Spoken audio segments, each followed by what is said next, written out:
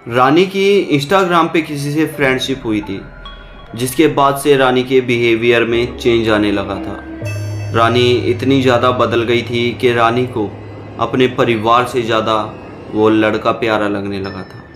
न जाने उस लड़के ने ऐसा क्या कर दिया था रानी पर, जो रानी उसी की होकर रह जाना चाहती थी।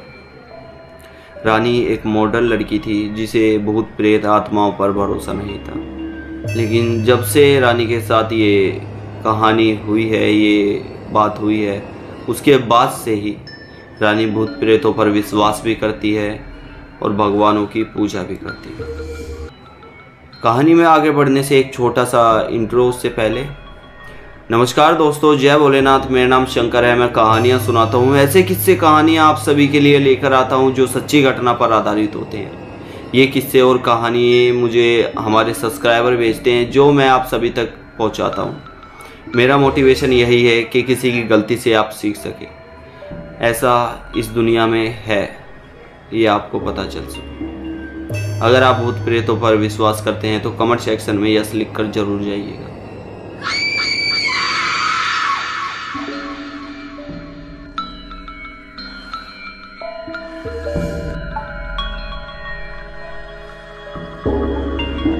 रानी एक नया फ़ोन लेती है जिसके अंदर अपना इंस्टा अकाउंट बनाती है। रानी को बहुत पहले से ही ये पता था कि मुझे इतनी उम्र में आके फ़ोन ले लेना है और मुझे कोई रोक टोक नहीं है, क्योंकि रानी एक मॉडर्न लड़की थी जो अपने फ़ैसले खुद ले सकती थी।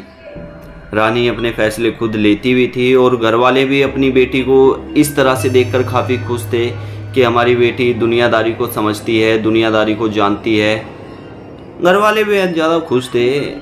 रानी को 12th क्लास पास होते ही एक फ़ोन दिला देते हैं, जिसके बाद से ही रानी फ़ोन चलाने लगती है, अपना इंस्टाग्राम अकाउंट बना लेती है।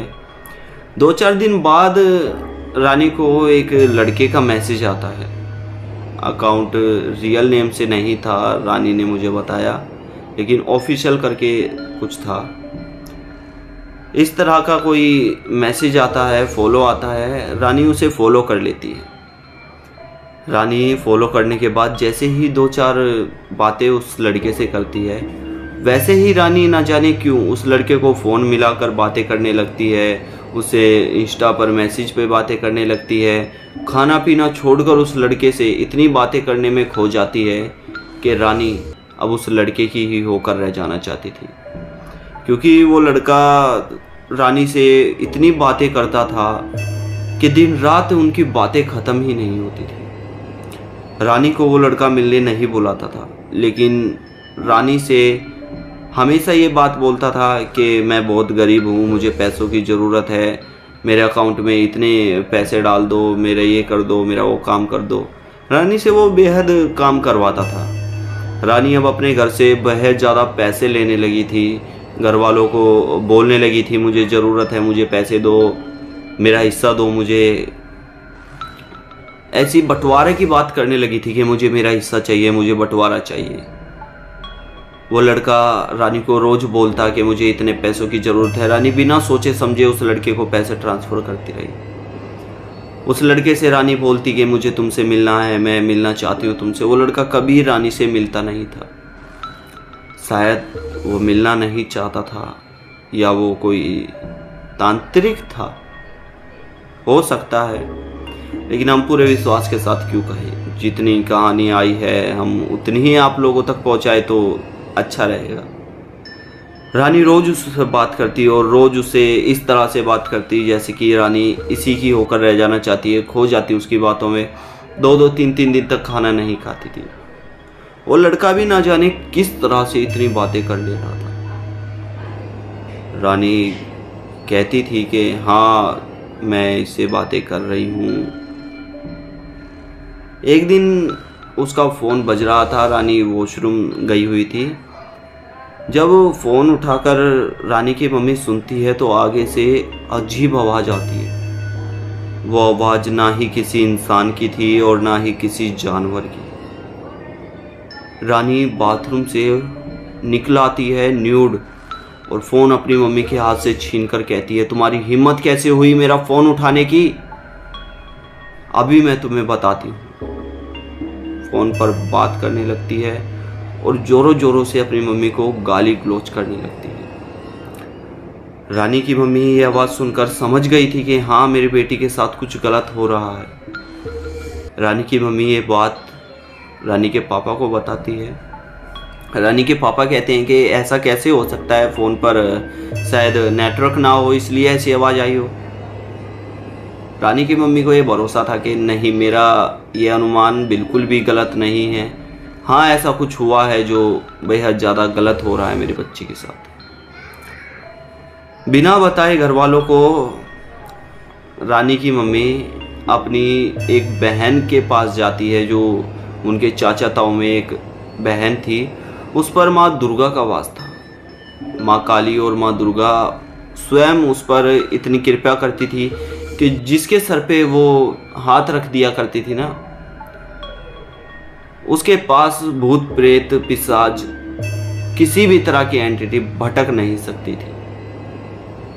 जब रानी की मम्मी जाकर ये सारी बातें बताती हैं तो वो कहती है कि मैं कुछ एक धागा बना कर देती हूँ, वो रानी के हाथ पर बांध देना और ये धागा खुलना नहीं चाहिए, जिसके बाद मैं तो आज ही निकल जाऊंगी यहाँ से।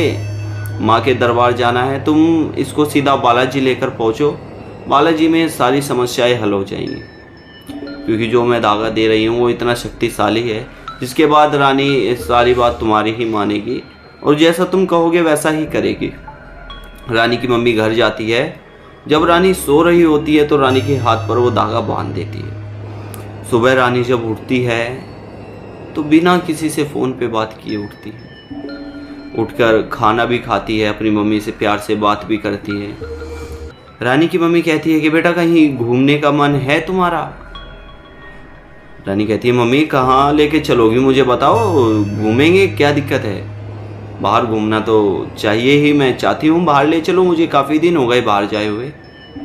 बेटा मैं इधर उधर घूमने की बात नहीं कर रही, क्या हम कहीं 2-3 दिन के ट्रिप पे चलें, जैसे कि बालाजी? हाँ मम्मी चलो बालाजी, मैं चलूँगी, हनुमान जी के दर्शन करके आएंगे।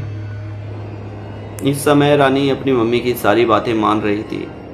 रानी की मम्मी ने कुछ पैसे सेव कर रखे थे, वो पैसे उठाती है और सीधा रानी के साथ अपने पति को बिन बताए बालाजी निकल जाती है। मैं औरतों की हिम्मत को सलाम करता हूँ कि अगर औरत चाहे तो वो इस दुनिया की गोल चक्कर लगा सकती है अपने परिवार को बचाने के लिए। इस दुनिया के क्या मैं कहूँगा, यमराज से भी प्राण छीन कर ले आती है।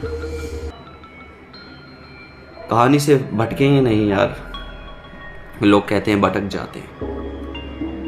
रानी की मम्मी रानी को लेकर बालाजी निकलती है। रास्ते में बस के अंदर न जाने किस तरह से रानी के हाथों से वो धागा फिसलने लगता है, मानो कोई इस तरह से अपने हाथ से उस धागे को नीचे कर रहा हो। रानी की मम्मी अपने मन में हनुमान चालीसा का पाठ करने लगती है। रानी को भी हनुमान जी का नाम लेने के लिए कहती है।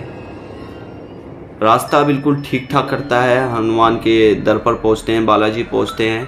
वहां पर जाने के बाद वहां की थोड़ी सी मिट्टी भी लेकर आते हैं अपने साथ। वहां जाने के बाद रानी बिल्कुल ठीक थी। रानी को आज तक कभी ऐसा मैसेज नहीं आया। उसके बाद रानी ने जब ये कहानी शेयर करी तो रानी ने बताया कि हाँ, मुझसे कोई इस तरह से बात करता था जैसे कि वो इंसान ना हो, वो कोई प्रेत की आवाज़ थी। ये साफ तौर से बताया गया है। आज की वीडियो में वैसे इतना ही। नमस्कार दोस्तों, धन्यवाद। मेरा नाम शंकर है। मिलते हैं नेक्स्ट वीडियो में। आपको वीडियो अच्छी लगी हो तो कमेंट करें, सब्सक्राइब करें चैनल को। धन्यवाद।